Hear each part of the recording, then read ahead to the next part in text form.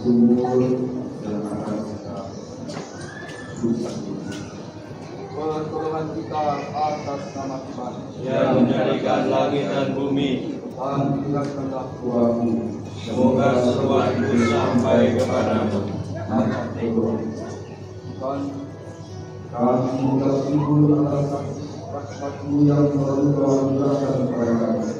Pada hari ini kami mohon berkatlah kayu ini atau sungguh sehingga dapat memakai keresahan akibat-Mu yang tinggi seluruh iman dan kotor serta berjalan suci yang selama ini selalu menemani umat untuk memuji dan memuliakan nama-Mu.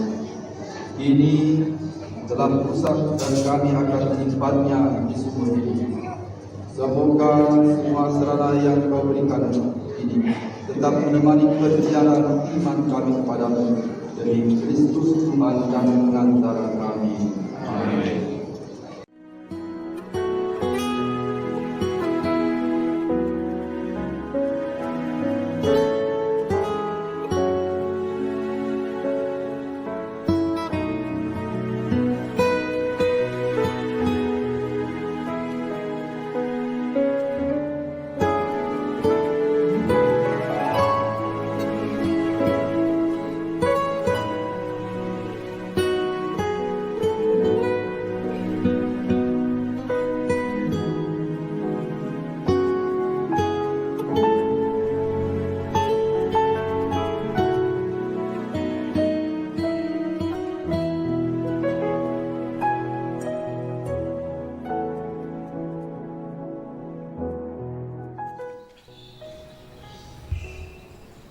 Bapak, Ibu, saudara-saudari yang dikasihi Tuhan, salam sejahtera bagi kita semua. Kita bersyukur di mana di paroki kita memiliki sakrarium.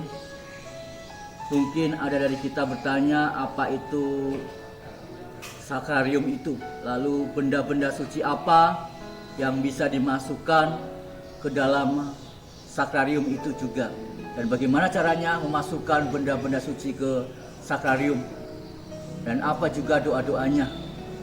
Saudara terkasih, sebelum kita memahami lebih lanjut, kita harus mengetahui bahwa dalam gereja Katolik mengenal adanya pemberkatan yang ditunjukkan kepada benda-benda rohani.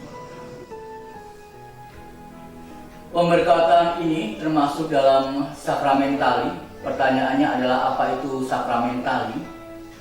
Sakramentali adalah tanda-tanda suci yang memiliki kemiripan dengan sakramen-sakramen yang menandakan karunia-karunia terutama yang bersifat rohani dan diperoleh melalui berkat doa permohonan gereja. Umat Kristiani pun terbiasa dengan permintaan berkat bagi benda-benda rohani yang dimilikinya kepada uskup atau imam ataupun diakon, seperti halnya rosario, salib, patung Tuhan Yesus, patung Bunda Maria, patung keluarga kudus, dan lain sebagainya. Benda-benda rohani yang telah diberkati oleh Bapak Uskup, imam ataupun diakon ini memiliki tujuan khusus yang mengarah kepada kekudusan. Dan benda-benda rohani ini tentunya adalah kekayaan rohani yang digunakan sebagai sarana untuk meningkatkan hidup beriman umat. Oleh karena itu, kalau sudah diberkati oleh uskup, imam ataupun diakon, maka benda-benda rohani ini wajib diperlakukan dengan hormat dan tidak diperkenankan untuk pemakaiannya tidak sebagaimana mestinya. Saudara-saudara yang terkasih, sering dengan perjalanan waktu tentunya benda-benda rohani ini pasti mengalami kerusakan, entah karena pemakaiannya, entah usia bendanya maupun faktor penyebab lainnya. Tidak jarang ya, benda-benda rohani ini yang telah rusak, orang Katolik bingung ketika memiliki benda-benda yang sudah rusak ini. Kemudian timbul pertanyaan dalam pikirannya, akan diletakkan di mana benda rohani ini yang sudah rusak ini? Boleh dibuang begitu saja? Pertanyaan ini mengarahkan tentunya pada pernyataan. Apakah yang telah dipersembahkan kepada Tuhan ini hendaknya dikembalikan kepada Tuhan? Hal ini dimengerti bahwa ketika benda-benda rohani ini menjadi rusak atau tidak bisa lagi digunakan karena termakan usia atau karena hal lainnya, benda-benda rohani tersebut tetap harus diperlakukan dengan hormat karena benda-benda rohani ini sudah diberkati. Meskipun rusak, meskipun tidak bisa lagi digunakan, tentu kesucian tetap melekat pada mereka. Saudara-saudari terkasih, benda rohani yang telah diberkati tidak boleh dibuang begitu saja, karena telah dikuduskan melalui pemberkatan. Oleh karena itu, umat dianjurkan tidak membuang begitu saja benda-benda rohani yang sudah diberkati ini. Umat boleh membakar atau menghancurkan benda-benda ini, lalu dikuburkan di halaman rumah, atau umat juga bisa membawa benda-benda rohani yang tidak bisa lagi terpakai tersebut dibawa ke gereja, nanti akan dibuat dan kita letakkan di sumur suci atau di sakrarium ini, di mana sesuai dengan tradisi gereja bahwa benda-benda rohani yang sudah rusak atau tidak dapat dipakai lagi dapat diletakkan di sakrarium. Saudara-saudara terkasih, sakrarium merupakan tempat untuk menampung benda-benda rohani yang sudah rusak dan tidak dapat dipakai lagi. Sakrarium menunjukkan suatu hal yang diharapkan keberadaannya, karena jika tidak ada sumur suci, maka gereja dapat dikatakan tidak dapat memelihara, merawat, menghapus benda-benda rohani yang sudah tidak digunakan lagi. Prinsip dasarnya bahwa jika benda-benda rohani yang sudah diberkati dan rusak, maka cara yang layak untuk memusnahkannya adalah dengan dibakar atau dikuburkan. Benda-benda yang dibakar diharapkan supaya benda rohani tersebut hancur dan menjadi abu atau debu.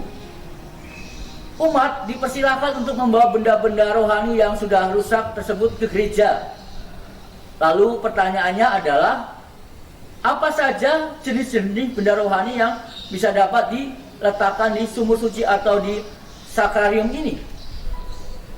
Benda-benda rohani yang dapat diletakkan di sumur suci ialah salib, bisa Alkitab, rosario, medali wasiat Maria, patung Bunda Maria, patung Yesus, patung keluarga kudus, patung malaikat Gabriel, Mikael, dan Rafael, dan patung-patung Santo Santa dan medali Santo Santa.